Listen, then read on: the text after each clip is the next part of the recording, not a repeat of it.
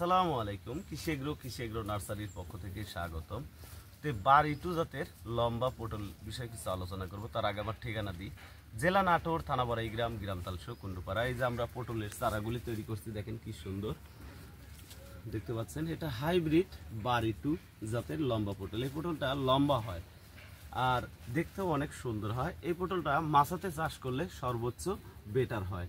তো ভিউয়ার্স, পটলটা বর্তমানে আগাম উপযুক্ত সময়। এখন যদি পটল চাষাবাদ করেন তাহলে দেখা যাবে শীত পড়তে পড়তে গাছটা অনেক বড় হয়ে যাবে, শীত শেষের দিক থেকে পটল শুরু হবে।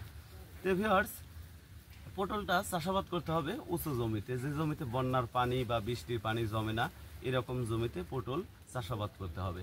আর পটল চাষাবাদের ক্ষেত্রে কোনো ধরনের সার বা ঔষধ প্রথমে ব্যবহার করা যাবে না, শুধুমাত্র বাসুডিন, ফোরাডান জাতীয় দানা বিষ আপনারা ব্যবহার করবেন।